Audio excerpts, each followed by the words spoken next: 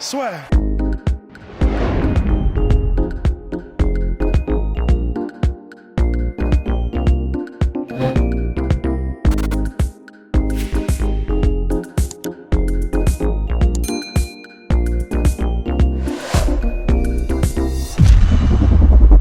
Bonjour à toutes et à tous, bienvenue dans le podcast La Sueur. Hello, my dear little Rusty. Hello. Ouh là là. Il a Ça, c'est enlevé pour les ça que c'est lunettes sérieux. et là, je peux vous dire qu'il est vénère. N'hésitez pas à vous abonner, à balancer un petit pouce bleu parce que là, on en a gros, mon cher Ross, parce que ça a été officialisé. C'est assez rare qu'on soit surpris parce qu'en plus, on avait parlé de Jake Paul dans un podcast d'hier. On était non, il n'y aura pas Ben Askren, c'est pas possible qu'il fasse un combat de boxe anglaise contre Jake Paul. Et bien là, c'est tombé par Ariel Helwani, donc qui est le journaliste le plus influent du MMA. Donc quand il tweet un truc, vous pouvez être sûr, c'est comme Adrian Wojnarowski en NBA, vous êtes sûr que c'est vrai. Et bien c'est officiel. Le 17 avril prochain, en pay-per-view, sur 8 rounds, Ben Askren fait ses débuts en boxe anglaise contre Jake Paul dans une catégorie pour Jake Paul qui sera inférieur à la cruiserweight puisque ça doit se faire entre 83 et 86 kilos contre les 93 kilos habituels à peu près quand il est en compétition, Jake Paul. Bref, mais en tout cas tout ça pour dire, et l'UFC a autorisé Ben Askren à faire son passage en boxe anglaise. Personnellement, vous allez peut-être dire Guillaume, t'es en train de craquer, mais j'ai peur pour Ben Askren. Ah bah non, moi aussi. Hein. Ok, Mec, je m'attends à ce non. que Guillaume t'es en train de craquer. Parce que tu vois, justement, Ben Askren a dit, lui, dans sa première réaction, c'était je vais montrer à Jake Paul ce qu'est en fait un vrai athlète. Et en gros, là, depuis le temps, enfin, tu vois, il combat contre des youtubeurs, il combat contre des champion NBA contre des. Il a jamais été champion NBA, Nate Robinson, mais des anciennes stars NBA, donc de basketball avec Nate Robinson. Et là, je vais lui montrer ce que c'est un vrai combattant. Mais personnellement, moi, de ce qu'on a vu dans la cage, je flippe un peu. Ah mais moi je flippe complètement parce que en fait j'ai vraiment peur que Ben Askren se fasse souiller. Ouais. Et le problème c'est que ça va vraiment ça va sur le monde du MMA le MMA ça va être terrible quoi. Ça va donner une image qui va être désastreuse parce que je re-regardais là le combat entre bon de toute façon on va couper court si jamais des gens nous découvrent avec ce podcast. Ben Askren est un combattant de MMA. Ouais. Mais son point le plus faible et de très loin, c'est le combat debout. Ouais. Et encore plus, son point faible dans le combat debout, c'est l'anglaise.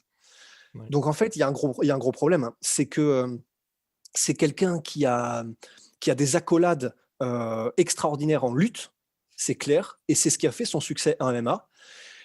Mais en anglaise, alors, dans son combat contre Demian Maia, il est pas très bon debout et les trucs qu'il met qui sont pas mal, c'est les low kicks, étonnamment. Alors, ils font pas forcément mal, mais il les met d'une manière qui est relâchée. Il va rapidement, il passe la hanche, mais il revient. Enfin, ils sont vraiment pas mal. Et le dirty boxing, quand il peut, mais encore une fois, pareil, il n'est pas très puissant en fait. Mais alors, le reste, c'est-à-dire de l'anglaise pure, dans des échanges d'anglaise pure, lorsqu'il en donne, lorsqu'il en fait, c'est terrible. Il y a vraiment, littéralement, je pense qu'il est moins puissant que Jake Paul, hein, mais vraiment. Ouais. Et puis en plus, c'est ça, c'est pas non plus sa catégorie naturelle. Ça aussi, tu vois, ça ajoute un truc encore en plus. Si ça avait été l'inverse, tu vois, avec Ben Askren qui est light heavyweight, tu vois, qui redescend dans une catégorie, j'aurais été plus confiant.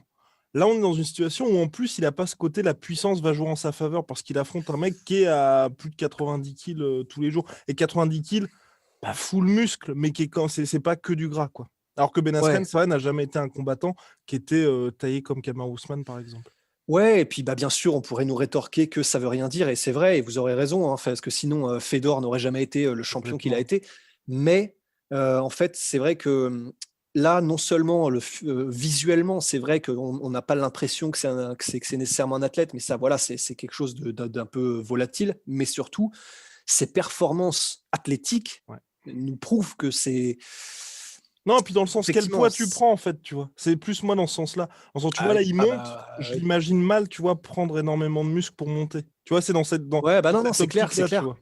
C'est clair, là, je vois pas comment est-ce qu'il peut gonfler, parce qu'à la limite, c'est vrai, je suis d'accord avec toi, il aurait eu peut-être plus intérêt à combattre un YouTuber qui ferait 65 kilos, parce que là, du coup, ça se trouve, on aurait vu un six-pack sur Ben Askren, tu vois, pour la première fois. Comme Paulie Domso, par exemple. On Ouais, plaisante évidemment, non, il bien a, il sûr, a, non, non. il a, il Mais a Paulo Domso, 90 bons kilos avec 2 énormes troncs à la place des jambes, vous inquiétez ouais, pas c'est pour lui. ça. Non, Oui. non, non, non. Alors là, loin de nous de l'idée de nous moquer, parce qu'un low kick de Polydomso, pour l'avoir testé, voilà, j'en dirais pas plus, quoi. Exactement. Mais Et non, là ouais. aussi, on aurait peur pour Ben Askren, hein, pour le coup. Peut-être même plus Oh, que Jake Paul ah Ben non, Askren. mais Que Jake Paul alors, Ben Askren. ah non, Ah, mais peut-être, hein, ah, peut-être. mais tu rigoles. Attends, mais moi, je donne Polydomso, mais all day. On parle de kickboxing? Oui, bien sûr. Oui, oui. Parce que Non, attends. anglaise ou kickboxing, hein. Oui, bien sûr. Bien sûr. Oui, oui. Anglaise ou qui. Bah, après, voilà, c'est parce que, bon, petit aparté, mais bah, Polydomso a un très très gros niveau quand même. Enfin, Exactement. il n'a pas été professionnel, mais il a combattu, il me semble, en semi-pro. Enfin, en En tout cas, boxe anglaise aussi. Boxe anglaise aussi. voilà, il a combattu en boxe anglaise. Enfin, et puis pour m'être entraîné avec lui pendant une dizaine d'années, non, je pense pouvoir affirmer, et je pense sans me tromper, que Polydomso, et encore une fois, on a l'air de divaguer et de s'éloigner du podcast, mais pas tant que ça en fait. Ouais. Parce que donc, Polydomso, il s'est entraîné pendant des années. Alors, non, mais il faut le dire. Il s'est entraîné pendant des années, mais sans nécessairement être athlète professionnel, Complètement. même s'il avait un gros niveau en boxe Ouais. thaï et en anglaise. Je mets Polydomso all day si on fait de la boxe thaï ou si on fait du kickboxing ou de l'anglaise.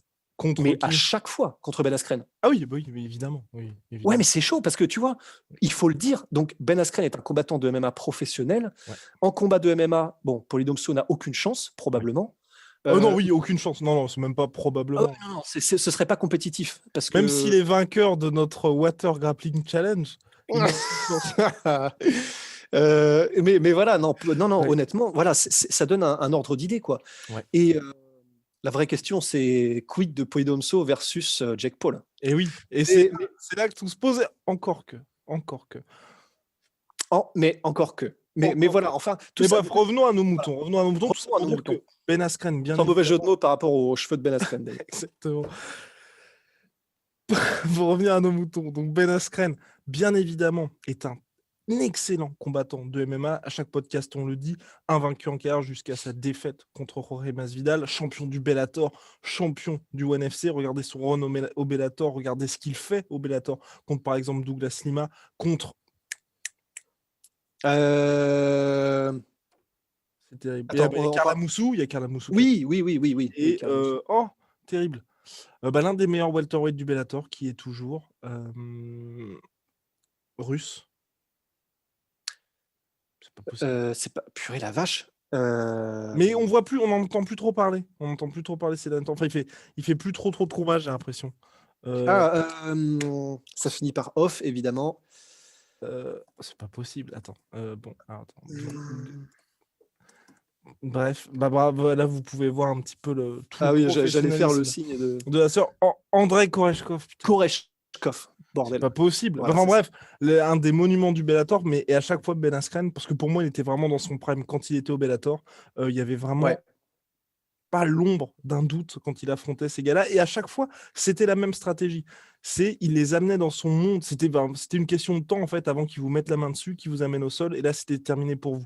Mais jusqu'à ce qu'il vous amène au sol, effectivement c'était plus compliqué pour lui. Il se prenait des coups, il avait cette capacité exceptionnelle à encaisser. D'ailleurs, je vous invite tous à regarder ses débuts à l'UFC contre Robbie Lawler. N'importe quelle personne sur Terre finit KO après s'être pris ce slam et ground and pound de Robbie Lawler, mais pas Ben Askren. Et ensuite, Ben Askren chasse toujours Robbie Lawler. On est dans une situation quand même, le mec vient d'encaisser une espèce de punition. Personne n'a jamais vu ça.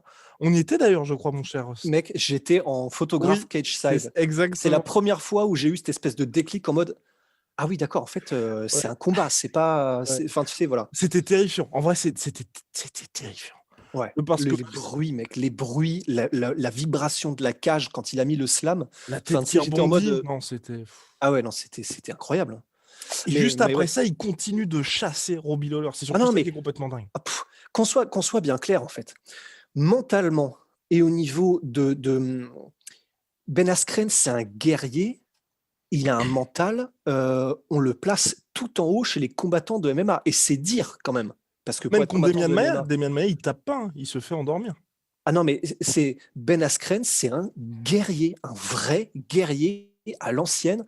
Et de toute façon, c'est clair, pour arriver à ce niveau-là en lutte aux États-Unis, évidemment, tu peux pas ne pas être mentalement un monstre. Donc, au niveau du mental, au niveau des valeurs, au niveau il est insubmersible mentalement. Mais on parle de technique et alors il a un menton en plus, effectivement, comme tu viens de le dire. Donc, contre Jake Paul, j'ai peur en fait. J'ai peur qu'il prenne beaucoup, qu'il prenne énormément, qu'il soit pas mis KO, mais que ce soit presque encore pire. Oui, parce que l'avantage, Et- mine de rien, c'est que c'est que contre Jake Paul. Donc là, personnellement, moi, c'est ce qui me rassure un peu, c'est que contre Jake Paul, dans le sens où il n'affronte pas, par exemple, Better BF. Voilà. S'il y avait un combat Ah, Better BF Ben Askren, là, on aurait vraiment très peur. Mais là, il affronte un gars qui est OK. Franchement, a fait d'énormes progrès de Jake Paul. Là, on voit qu'il s'est entraîné ces derniers temps. Mais ça reste quelqu'un, ce n'est pas son métier de base. Mais je suis d'accord avec toi, je pense qu'il va se prendre vraiment une punition. Et mon autre question, c'est quand même à quoi bon, dans le sens où il a un bon contrat avec l'UFC. Il s'est fait, tu sais, il était payé aux alentours des 250-300 000. Il s'est fait opérer de la hanche là en août dernier, donc il revient. Il a dit si j'ai la capacité à bien revenir, bah, je continuerai ma carrière à l'UFC. Certes, il y a plus de risques effectivement parce que bah, l'UFC va pas le mettre contre des welterweights qui sont hors du top 15. Mais là, j'ai du mal, tu vois, à me dire que ce combat-là, enfin, je sais pas, tu vois, quand tu es payé 300 000 à l'UFC, tu penses que là, il va faire, je sais pas moi, 1 million. Enfin, quelle somme va-t-il gagner pour qu'il prenne ce risque, en fait, tout simplement? Parce que quand tu gagnes 300 000 à l'UFC, que tu es quand même une star, dans le sens il a des sponsors, il a des opportunités marketing aussi, est-ce que c'est si différent de ça de te dire soit je gagne 300 000 en étant à l'UFC, soit je gagne peut-être 1 million sur ce combat-là, avec toutes les opportunités qu'il a? Tu sais, c'est pas un truc façon Conor McGregor où tu passes de 7 millions à l'UFC contre Ned Diaz à 100 millions et là, contre Mayweather, et là, effectivement, tu te dis, bon, bah, enfin, tu signes tout de suite, en fait, la question ne se pose même pas. Ouais, mais honnêtement, il n'est pas sûr de revenir un jour dans la cage, dans l'octogone. Son opération à la hanche, ça a été fait sur les 12 mois derniers. Honnêtement, vu la catégorie de tueur à gages qu'il y a en ce moment en welterweight, rien n'est moins sûr. Et puis en plus, il y a des combats. Je vois mal l'UFC le remettre dans un run pour le titre, en fait. Oui, je vois ce que tu veux dire. Je vois mal ça venir, sachant qu'il y a encore Masvidal, il y a encore Colby, il y a Kamaru, etc., Gilbert Burns. Et du coup, soit il attendrait un petit peu, ou alors il combattrait des gens un peu moins bien classés. Ouais. Et là, c'est que des si, parce qu'il n'est même pas sûr de revenir. Lui-même avait dit que c'était terminé, en fait, normalement. C'est ça. Donc, il n'est pas sûr de revenir, et c'est très, très nébuleux dans un cas. Dans l'autre, on lui assure de combattre une star de YouTube. Et vous pouvez être sûr qu'au niveau de la com, Jake Paul, il va tout donner. Il va être en mode, il va être en mode j'affronte une star de l'UFC, je vais mettre KO un mec de l'UFC. Ça va être monstrueux au niveau de la com. Ça va faire des pay-per-view parce que évidemment, il va vendre ça parfaitement, Jake Paul. Et puis Ben Askren ne sera pas en reste. Mais ce sera surtout Jake Paul, on va pas se mentir. Donc, ça va avoir du succès, c'est clair, parce que si Ben Askren était au Bellator, ça n'aurait aucun sens. Mais Ben Askren, il y a le gros logo UFC sur la tête de Ben Askren. On ne voit plus la tête de Ben Askren. Donc, c'est ça que va regarder Jake Paul. Finalement. C'est le logo UFC et la choucroute. Mais en gros, et c'est ça le truc, c'est que ça va donc bien se vendre. Ça va très bien se vendre. Et en gros, le choix entre c'est pas sûr que je revienne, la fin de carrière, je suis quand même pas forcément bien physiquement, etc. Beaucoup d'incertitudes et minimum $1 million, tu fais 8 rounds d'anglaise avec un mec qui en plus tu as une chance. Je pense que c'est vrai que le choix est vite fait, quoi. Et en plus, pour aller dans ton sens, il va peut-être se faire battre contre Jake Paul. KO, je sais pas, je pense pas quand même, mais il va se faire battre, mais voilà, comme tu l'as dit, il combat pas non plus un pro en anglaise, tu vois. Donc, il va peut-être prendre un petit peu. Faut jamais dire jamais. Donc, peut-être qu'il gagnera, même si j'ai beaucoup de doutes. Surtout quand j'ai vu ce dernier combat contre Demian Maia, où littéralement, les fois où il touche en anglaise, ça n'a aucune puissance. Et en plus de ça, les moments où il touche, c'est soit quand il réussit à aller chercher avec un collar tie en dirty boxing, soit quand, à la limite, il chasse pour aller chercher ensuite. Parce qu'en fait, son anglaise, elle ne sert pas en tant que... Il fait pas vraiment d'anglaise pure, en fait, Ben Askren. Tout ce qu'il fait quand il libère ses points, c'est simplement pour aller chercher un contact en lutte, en clinch, etc. Mais ça se voit au niveau de la mécanique de frappe, au niveau de... Il n'est pas là, en fait. Il est vraiment pas là. Donc, il y a des chances qu'ils perdent, mais bon, d'un autre côté, ils sont, entre guillemets, il ne pouvait pas avoir plus simple comme challenge. C'est-à-dire, OK, c'est risqué pour lui, mais c'est le plus bas possible au niveau de l'opposition qu'il aurait pu trouver et pour autant d'argent qu'il va gagner en ce moment dans le Fight World, quoi. Ça se comprend, mon cher Rust. Et dernier point pour ce combat-là, c'est vrai, et c'est important parce que les gens, je pense, vont nous dire là, avant de commenter, calmez-vous, de dire oui, mais il peut utiliser son dirty boxing. Entre le dirty boxing un peu à la manière de ce que faisait Henry Cejudo contre Marlon Moraes et quand ensuite il s'est mis à dire je veux challenger Ryan Garcia, vous n'avez pas du tout la même latitude en fait tout simplement en boxe anglaise. Donc c'est pour ça aussi que j'ai beaucoup de mal en fait à croire à ça, tu vois, de se dire il va pouvoir utiliser ça, bah non, parce que là l'arbitre va faire son taf et va justement l'empêcher de faire ce qu'il a fait précédemment ou de même, j'ai presque envie de dire salir proprement le combat façon Henry Cejudo contre Marlon Moraes parce que c'était un dirty boxing d'esthète, si vous voulez, ce qu'a fait Henry Cejudo contre Moraes. Ouais, et puis, comment dire, faut pas confondre expression de genre, identité de genre. Faut pas confondre dirty boxing de l'anglaise et dirty boxing de MMA, en fait. C'est Complètement. vraiment pas du tout les mêmes manières de fonctionner, c'est même pas du tout les mêmes manières. Enfin, c'est Bah, pas le même dirty boxing. ce n'est pas les mêmes gants, tout simplement. Bah En ouais, plus, là, ils sont avec des gants de 10 onces, donc un petit peu plus gros que ceux habituels. ouais, et même au niveau de la forme des gants, au niveau, enfin, t'as une bien moins bonne préhension avec des gants anglaises, enfin, c'est une évidence. Et en plus de ça, l'arbitre va faire son taf parce que dirty boxing, par définition, c'est dirty, c'est à la limite de la légalité. Mais non, même ce qu'il fait en MMA et les rares fois où il touchait en anglaise avec son dirty boxing de MMA, il ne pourra pas le faire de la même manière, en fait. Même ça, il ne pourra pas le faire de la même manière en anglaise. Ouais. Donc la vraie question, c'est qu'est-ce qui lui reste, en fait. Ouais, très bizarre, très très bizarre. Même au niveau de l'allonge, je suis prêt à parier que Jake Paul a une plus grande allonge. Compliqué pour Ben Askren, mais en tout cas, par contre, c'est comme l'a dit Ross en début de podcast, on n'a pas un petit peu creusé là-dessus, ce sera peut-être, je pense, le mot de la fin. En tout cas, si Ben Askren venait à s'incliner, terrible pour le MMA, mais par contre, niveau business, Jake Paul, jackpot. Parce que là, si Mekao ou il bat Ben Askren, jackpot, exactement. Parce que il peut tout faire. Enfin, tu vois, j'ai presque envie, même, tu vois, tu as Dylan Dennis qui est une possibilité. C'est assez triste, mais le combat contre Conor McGregor serait possible, même. C'est horrible, c'est horrible. Maintenant, ça paraît à portée de main, c'est horrible. Ouais, exactement. Parce que Conor McGregor, mine de rien, n'avait pas fermé la porte avant l'UFC 257. Non. Après ce qui s'est passé, je pense qu'il ne sera pas contre, en fait, tout simplement. Donc, je pense qu'il l'a dit. Oui. C'est ça. Et je pense qu'il ne sera pas contre, surtout dans l'éventualité où il n'y a pas de rematch immédiat contre Dustin Poirier, tu vois. Où il va être bon, il faut quand même que je gagne un peu de bif et tout. Mais non, en tout cas pour Jake Paul, pour moi, c'est Jake Paul parce qu'il prend peut-être le mec où c'est le plus facile et qui est le plus connu. Parce que c'est vrai que mine Dylan Dennis, c'est surtout le sparring partner le partenaire d'entraînement de Conor McGregor, pardon. Mais sinon, il n'a pas de grosse légitimité. Exactement. Donc, ouais. Jake Paul, c'est parfait. Hein. C'est parfait. Et Ben Askren ce qui est, entre guillemets, ce combat-là, du point de vue de création de valeur avec le peu qui est proposé en termes de compétitivité, honnêtement, c'est une corne d'abondance, en fait. À partir d'un niveau qui est très, très faible en anglaise et de trucs où tu peux théoriquement pas aller grand, enfin, tu peux pas aller... Tu peux aller nulle part après ça normalement parce que Jake Paul n'aura jamais le niveau d'un combattant professionnel, Ben Askren en kickboxing ou en anglaise non plus, et pourtant ils vont réussir à créer des millions. Donc non, eux franchement GG pour eux, hein, c'est tant mieux pour eux, mais comment dire, et Ben Askren ne sera pas en reste parce qu'il parle bien, il a de l'esprit, il est capable il comprend l'art du même, il comprend l'art d'internet et donc ça va être un build-up qui va être intéressant. Ils vont s'en donner à cœur joie tous les deux, mais je pense que le grand perdant dans tout ça, effectivement, c'est le MMA, quoi. Affaire à suivre, en tout cas, rendez-vous le 17 avril ou pas pour ce combat entre Jake Paul et Ben Askren, diffusé en pay-per-view aux États-Unis. Bien. Mais peut-être, on va voir, mais peut-être que ça ne va tout simplement pas se faire, parce que je crois que j'avais lu ça sur... C'est le fameux combat entre Logan Paul et Floyd Mayweather. Peut-être que c'est un fake, je ne sais pas, mais j'ai vu un tweet où il disait que justement le combat était reporté due to lack of interest. Donc pour manque d'intérêt de la part du public. Ouais.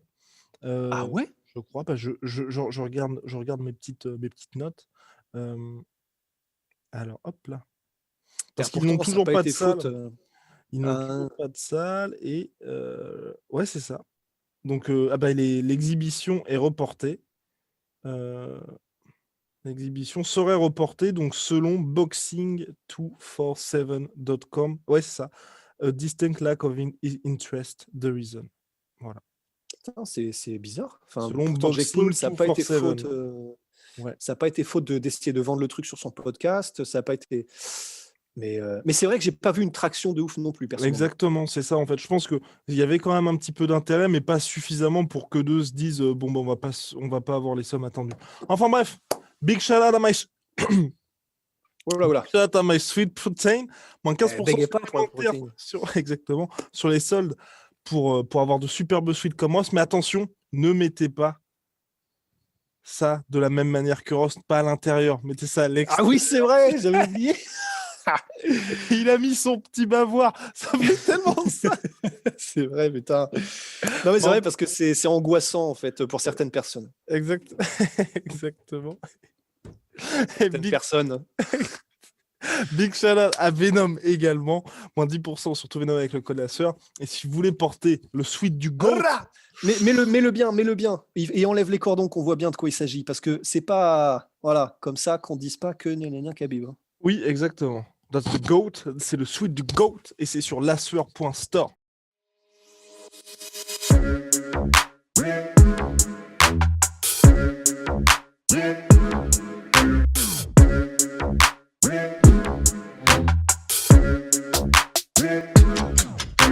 I'm fucking coming for you!